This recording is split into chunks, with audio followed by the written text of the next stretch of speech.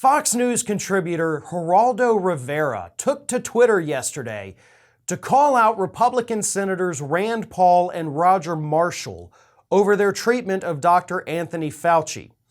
In his tweet, Geraldo said that people like Paul and Marshall have essentially turned the Senate into a, as he put it, a bazaar for bozos. Here's the tweet. Senate used to be the world's most deliberative body. Lately, it's been a bazaar for bozos. The lowbrow rudeness displayed by senators like Paul and Marshall has remade the upper chamber into a Jerry Springer show. Their savage attacks on Dr. Anthony Fauci have no shame. Now look, you're not going to get an argument from me about how horrible their treatment of Dr. Fauci has been.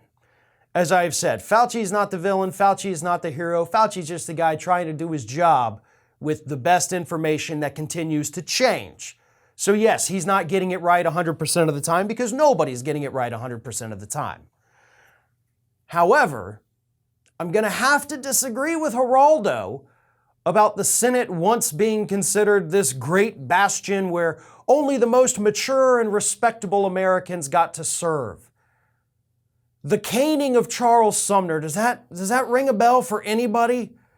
Did anybody else learn about that in history class? Because let's not forget that there was a point in American history where a guy, Charles Sumner, Senator Sumner, got beaten within an inch of his life by Preston Brooks in the Senate. Brooks was angry at Sumner, and there's a lot of backstory there that I don't have time to get into, but he was angry at him, took his cane, beat the hell out of him in the Senate. Okay, this was in the 1800s. So let's not act like everything with the Senate has always been sunshine and roses and mature, respectable adults. Okay, there's actually an entire Wikipedia page, for the record, dedicated to physical altercations that have taken place in the United States Congress. And it is quite lengthy.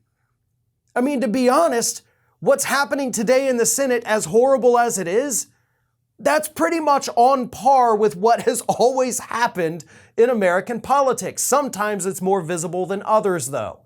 And I think that's really the difference that we see today. You know, 30 years ago, 40 years ago, I guess, we weren't having all of these televised hearings. You know, C-SPAN didn't exist yet. We didn't have 24-hour round-the-clock news media yet.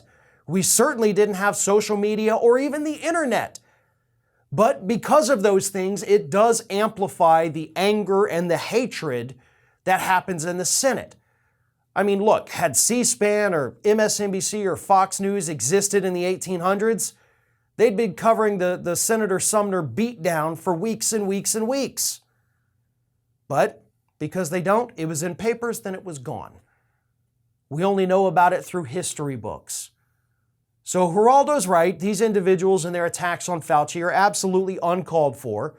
They're based on pure fantasy because Republicans need a boogeyman to blame the pandemic on. But the Senate has always been, kind of a hotbed for violence. Whether it's verbal assaults or sometimes even physical assaults, the Senate isn't exactly the most prestigious institution here in the United States. We send angry, violent people to the Senate all the time and have since the Senate was created during the founding of this country. That really is nothing new. And I guess to today's senators' credit, at least we can say none of them have beaten the hell out of each other on the Senate floor. Thanks for watching, and if you like what you saw, don't forget to like, comment, share, and most importantly, subscribe to our Ring of Fire channel here.